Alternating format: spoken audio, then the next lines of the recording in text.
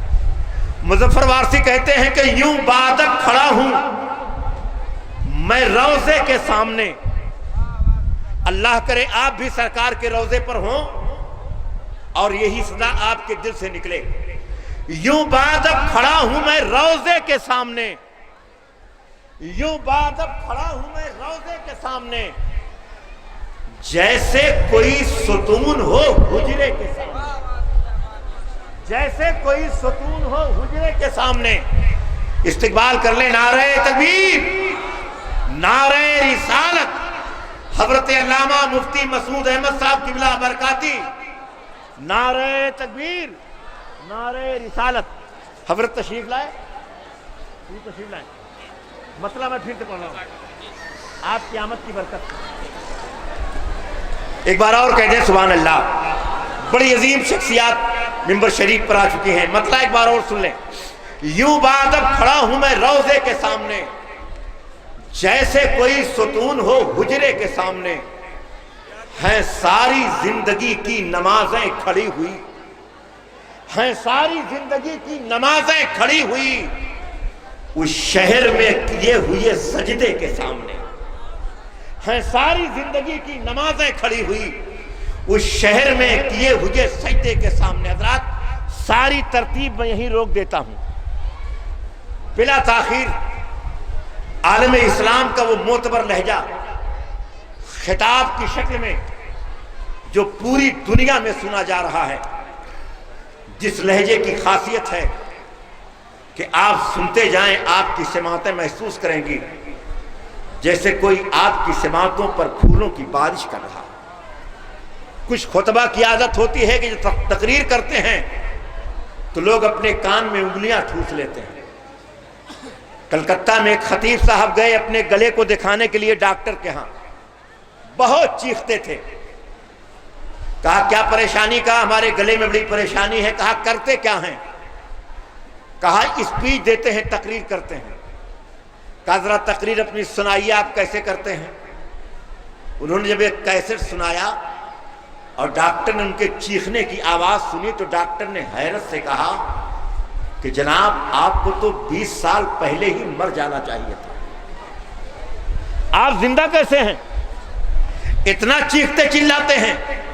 ایک شاعر نے کہا تھا کہ ممبر پہ کیوں چگھاڑ رہے ہو صاحب، دامان خرد جھاڑ رہے ہو صاحب، ہم اہل سنن کان کے پہرے تو نہیں، کیوں اپنا گلا پھاڑ رہے ہو صاحب۔ میں ایسے خطیب کو آپ کے سامنے پیش کر رہا ہوں، اگر آپ نے محبت کے ساتھ سن لیا تو آپ یہاں سے ویسے نہیں جائیں گے جیسے آپ گھر سے آئے تھے۔ انشاءاللہ آپ کے دل کی دنیا میں بدلاؤ پیدا ہو جائے گا۔ آئیے اس عظیم خطیب کا استقبال کریں، حضرت علامہ مولانا مفتی مسعود احمد صاحب قبلہ برکاتی۔ سرکار حافظ ملت کا فیضان پوری دنیا میں تقسیم کر رہے ہیں، آئیے وہ فیضان اپنے دامن میں لے لیجئے، استقبال کر لیں سارا مجمع۔ سرکار حافظ ملت کا فیضان اپنے دامن میں سمیٹنے کے لیے دونوں ہاتھ فضاؤں میں لہرا کر کے نعرے کا جواب دے دے، نعرہ تکبیر، نعرہ رسالت، جشن دستار بندی، جشن دستار بندی، مسلک اعلی حضرت، نعرہ تکبیر، نعرہ رسالت۔ آئیے اس لہجے کا استقبال۔ الحمدللہ الحمدللہ نحمده ونستعینه ونستغفره ونؤمن به ونتوکل علیہ ونعوذ بالله من شرور أنفسنا ومن سيئات أعمالنا من يهده الله فلا مضل له ومن يضلله فلا هادي له ونشهد أن لا إله إلا الله وحده لا شريك له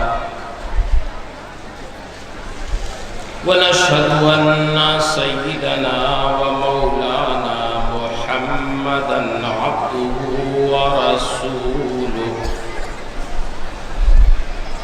صلى الله تعالى عليه وسلم أما بعد فأعوذ بالله من الشيطان الرجيم بسم الله الرحمن الرحيم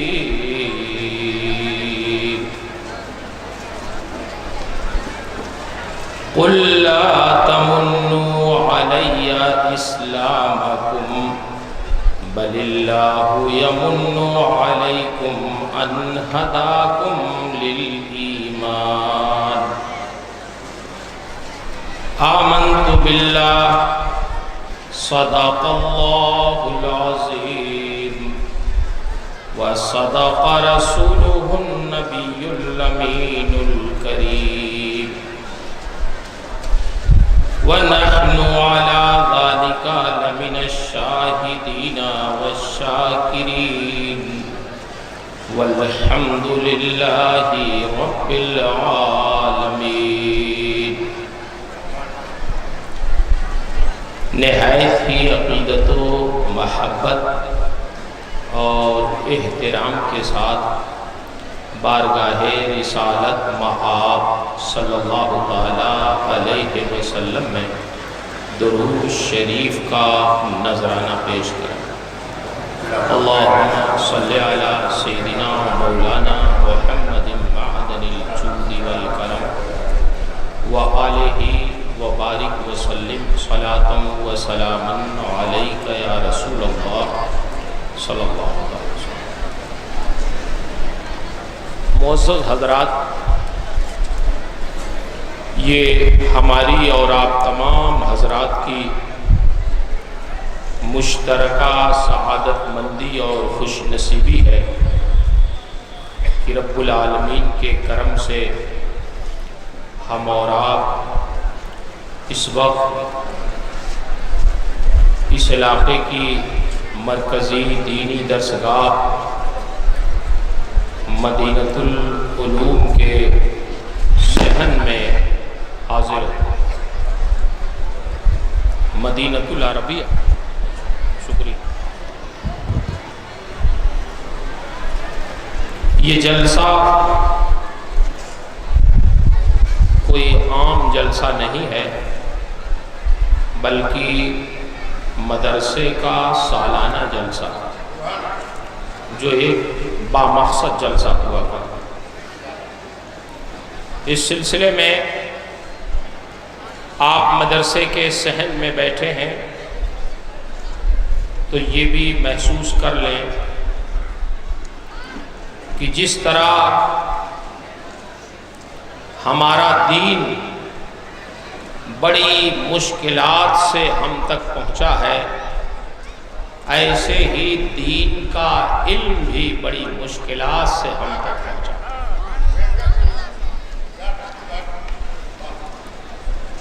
دین کے بارے میں تو آپ سنتے رہتے ہیں کتنی مشکلات سے پہنچا ہے. اس کی ایک نظیر میں آپ کے سامنے پیش کروں. آج کی اس شب میں خطبہ کی ایک لمبی فہرست ہے، انشاءاللہ آپ دیکھیں گے، سنیں گے. مختصر سے وقت میں اپنی بات عرض کر دوں. دین کے بارے میں حضرت سیدنا عمر فاروق اعظم رضی اللہ تعالی عنہ کے سامنے کا ایک واقعہ ذکر کروں کہ آپ کے سامنے ایک جلیل القدر صحابی رسول جو حضرت عمر سے بھی پہلے مسلمان ہوئے، جن کا نام تھا حضرت خباب۔ حضرت خباب نے ایک بار اپنا کرتا حضرت عمر فاروق اعظم رضی اللہ تعالی عنہ کے سامنے اتار دیا، اور جیسے ہی اتارا تو ان کی پیٹھ ننگی ہو گئی، اور ننگی پیٹھ پہ حضرت عمر رضی اللہ تعالی عنہ کی نگاہ پڑ گئی۔ جیسے ہی نگاہ پڑی تو حضرت سیدنا عمر فاروق اعظم رضی اللہ تعالی عنہ کی زبان سے بے ساختہ یہ جملہ نکل گیا کہ خباب، یہ تمہاری پیٹھ میں سفید داغ کب سے ہو گیا؟ یہ جملہ سننا تھا حضرت خباب جلال میں آ گیا۔ حضرت خباب چونکہ السابقون الاولون میں سے تھے، حضرت عمر سے بھی پہلے انہوں نے اسلام قبول کیا تھا، اور جب یہ جملہ سنا تو فرماتے ہیں اے عمر بن خطاب، تمہیں خباب کی اس پیٹھ کے سفید داغ کا حال کیا معلوم ہوگا؟ یہ کیسا داغ ہے؟ تم سمجھتے ہو یہ بیماری کا کوئی سفید داغ ہے جس سے لوگ نفرت کرتے ہیں؟ نہیں نہیں، یہ بیماری کا سفید داغ نہیں ہے، یہ اللہ و رسول کی محبت میں جلنے کا سفید داغ ہے۔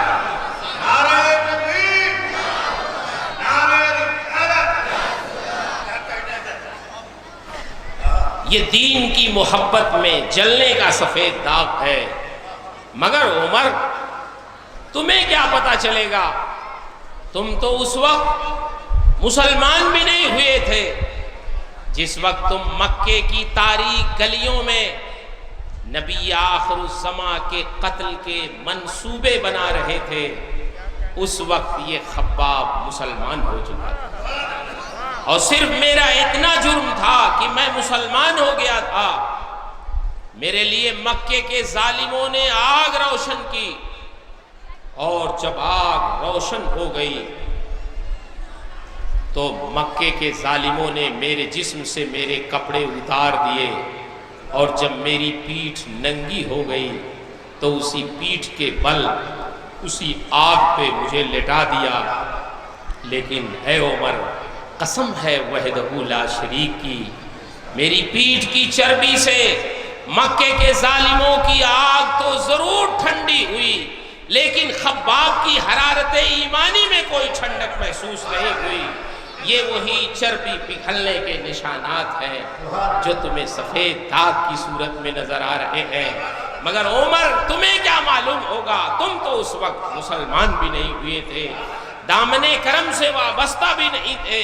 میرے بھائیوں، اس طرح کی مشکلات سے گزر کر اسلام ہم گنہگاروں تک پہنچا۔ یہ تو میں نے ایک مثال دی ہے، آپ علماء کرام سے، پھر تاریخ کی کتابوں سے بہت کچھ پڑھتے اور سنتے ہوں گے، جیسے دین بڑی مشکلات ہو، ہم لوگوں کو بھی انعام ملے۔ اچھا، آپ کو جو ملا ثواب میں ہمیں دے دیا، تو اس کا مطلب ہمیں بھی آگے بڑھا دینا چاہیے۔ سلسلے بیچ میں ایک بات آ گئی، حضرت اجازت، سلسلے نقش بندیہ کے بزرگوں میں یہ معمول تھا، اب ادھر ہے کہ نہیں مجھے نہیں معلوم، اب تو ذرا بدل گئے پیری مریدی کے حالات سے، لیکن پہلے معمول یہ تھا کہ ان کی تعلیم تھی جب کوئی مرید اپنے پیر سے ملنے آئے تو کچھ نہ کچھ اپنے پیر کو ہدیہ ضرور پیش کرے۔ آپ سوچتے ہوں گے مولوی صاحب اپنے مطلب کی بات شروع کر دی، سمجھ کہ کچھ پیش کرے، سلام کرے، نذرانہ پیش کرے۔ اچھا، پھر کیا تھا؟ اب جو امیر ہے، جو خوشحال ہے، وہ پیر صاحب کو نذرانہ پیش کر دے، لیکن غریب آدمی کیسے پیش کرے؟ تو پیر صاحب کی تعلیم ہوتی تھی کہ پیش ضرور کرے کچھ نہ کچھ، اگر پیسہ نہیں ہے تو ہری پتی ہاتھ میں لے کے پیر صاحب سے سلام۔ تو پیر صاحب کرتے کیا تھے، جب امیر آتا نذرانہ دیتا تو رکھتے جاتے، اور جب غریب آتا پتی دیتا تو وہی نذرانہ اٹھا کے اس کے ہاتھ میں رکھ دیتے، چلا جاتا۔ یہ سلسلے نقش بندیہ پہلے۔ تو یہ ہے بزرگوں کا طریقہ، طمع مت کر، منع مت کر، جمع مت کر، یعنی لالچ نہ کرو کہ کوئی دے، اور اگر کوئی دے دے محبت میں تو اسے قبول کرو، مگر پھر اسے جام نہ کرو، پھر آگے بڑھا دیا۔ میرے بھائی گفتگو یہ چل رہی تھی کہ دین بڑی مشکلات سے ہم تک پہنچا، مگر آقا و مولا صلی اللہ تعالی علیہ وسلم نے اپنے صحابہ کو بڑا باوصول بنایا۔ آج جو جتنا ہی بڑا ہے اتنا ہی بے وصول ہوتا جا رہا ہے، نہ ان کی نماز کا کوئی ٹائم، نہ کھانے کا ٹائم، نہ ملنے جلنے کا ٹائم، نہ سونے کا ٹائم، نہ کہیں جلسے میں آنے جانے کا ٹائم، نہ کسی سے ملنے کا کوئی ٹائم۔ جتنا ہی بڑی بے وصولی کرتا ہے اتنا ہی بڑا علامہ ہے۔ کوئی ٹائم نہیں۔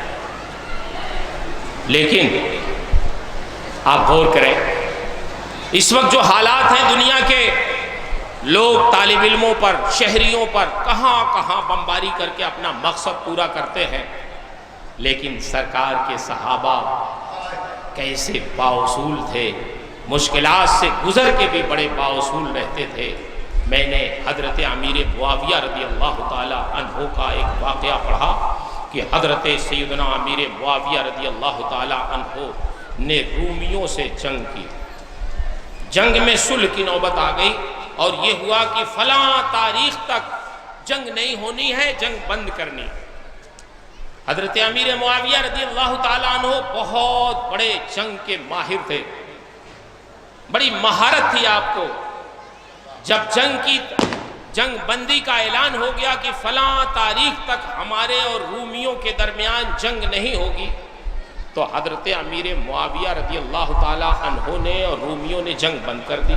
لیکن آپ نے یہ سوچا کہ ایسا کرتے ہیں کہ اپنی فوج روم کے حدود کے قریب بیٹھا دیتے، چپکے سے بیٹھ جاتے، اور جیسے ہی وہ تاریخ گزرتی ہے کہ حضرت امیر معاویہ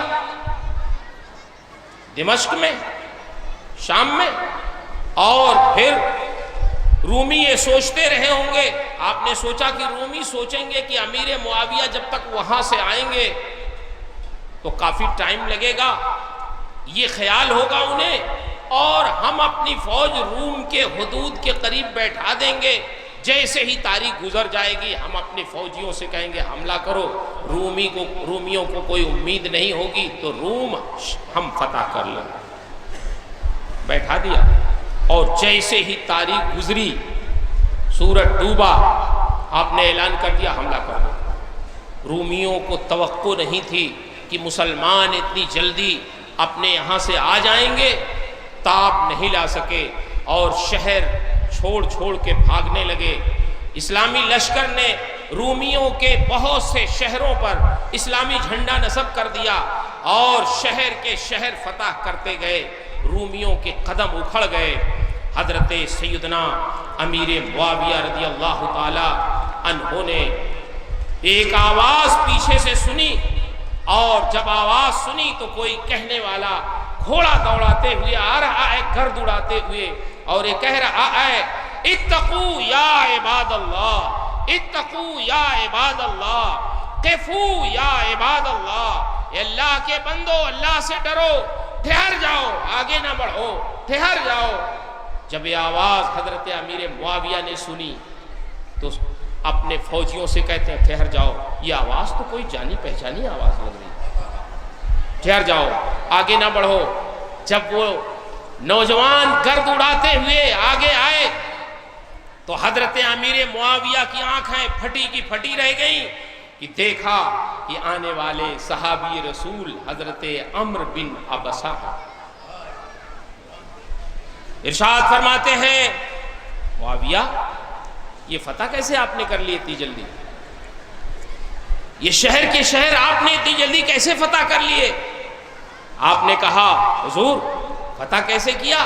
میں نے بڑی ہوشیاری سے اسلامی لشکر حدود کے روم کے حدود کے قریب بیٹھا دیا تھا، جیسے ہی وقت پورا ہوا، میعاد ختم ہوئی، میں نے حملے کا اعلان کر دیا، رومی تاب نہیں لا سکے، ہم نے بہت سارے شہر فتح کر دیے۔ یہ دیکھیے اسلامی جھنڈا شہروں پر نصب ہے۔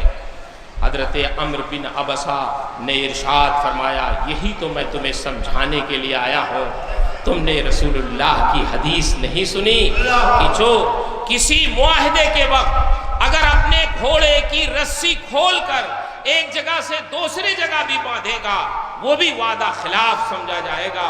اس لیے معاویہ سنو، جتنی جنگیں تم نے لڑی ہیں، جتنے شہر تم نے اس میں فتح کیے ہیں رومیوں کے، یہ سب شریعت کے خلاف اور نبی کریم صلی اللہ علیہ وسلم کے ارشاد کے خلاف تم نے فتح کیا ہے۔ یہ جہاد نہیں ہے، یہ جنگ نہیں ہے، یہ اسلامی جنگ نہیں ہے، یہ تمہارے نفس کے لیے تو ہو سکتی ہے مگر اللہ و رسول کے رضا کے لیے نہیں ہو سکتی۔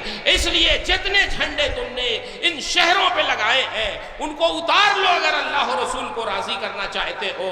حضرت امیر معاویہ کانپ گئے اور لوگوں سے کہا یہ جھنڈے اتارو، اور اعلان کیا رومیوں کے لیے اعلان کیا کہ اے روم کے رہنے والے باشندوں، تم لوگ اپنے اپنے شہر میں رہو، ہم تمہارے شہر خالی کر کے واپس جاتے ہیں۔ کیوں؟ اس لیے کہ ہم نے تمہارے شہر جو فتح کیے ہیں وہ اپنے نبی کے ارشاد کے خلاف فتح کیے ہیں۔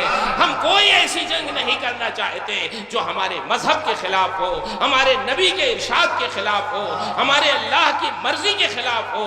اس لیے ہم اپنے جھنڈے اتار رہے ہیں، تم اس میں سکون سے رہو، اب ہم روم خالی کر کے واپس چل رہے ہیں۔ آپ مجھے بتاؤ ایسی باوصول قوم کہیں ملے گی کہ جس نے اتنے شہر فتح کر لیے ہوں؟ آج تو جنگ کے نشے میں کوئی حرام حلال نہیں دیکھتا، کوئی تمیز نہیں کرتا، کوئی حق و باطل کا فرق نہیں کرتا، اپنے مقابل کو تکلیف پہنچانے میں بڑے بڑے نیک لوگوں کے قدم اکھڑ جاتے ہیں، مگر اللہ کے رسول نے اپنے صحابہ کو کیسا باوصول بنایا تھا، اللہ اکبر، کہ وہ جنگ جیسے معاملات میں بھی حرام و حلال کی تمیز رکھتے تھے۔ زندہ باد۔ میرے بھائیوں، آج ہم دیکھیں ہماری زندگی کے اصول ضابطے کیسے ہیں۔ قرآن میں اللہ نے ارشاد فرمایا اے محبوب آپ فرما دو لوگوں سے، ظاہر بات ہے سرکار کس سے فرماتے؟ اپنے صحابہ ہی سے نہ فرماتے۔ اس زمانے صحابہ کرام جنہوں نے کیسی کیسی تکلیفیں برداشت کی، حضرت خباب کا واقعہ میں نے ذکر کیا، اور جنگیں کیسی لڑی ہیں۔ آپ دیکھیں غزوہ بدر جانتے ہیں کب ہوا؟ رمضان میں۔ عرب کی گرمی دیکھیں، تپش دیکھیں، اور غزوات کی تفصیل دیکھیں۔ رمضان میں لوگوں نے جنگیں لڑی ہیں، مگر اس کے باوجود اللہ تعالیٰ ارشاد فرماتا ہے محبوب لوگوں سے کہہ دو کہ اسلام کی خدمت جو انہوں نے کی ہے اس خدمت کی وجہ سے نبی کے اوپر احسان نہ جتائیں۔ قُلْ لَا تَمُنُّوا عَلَيَّ إِسْلَامَكُمْ، اے محبوب آپ اپنے صحابہ سے کہہ دو کہ اے میرے صحابیوں، تم اسلام قبول کر کے، اسلام کی خدمت کر کے، اسلام کی آبیاری کر کے تم میرے اوپر احسان نہ جتاؤ کہ تم نے بہت بڑا کام کیا ہے۔ بل اللہ یمن علیکم ان ہداکم للایمان، بلکہ اللہ کا احسان سمجھو کہ اللہ نے تمہیں ایمان کی دولت عطا فرما دی ہے۔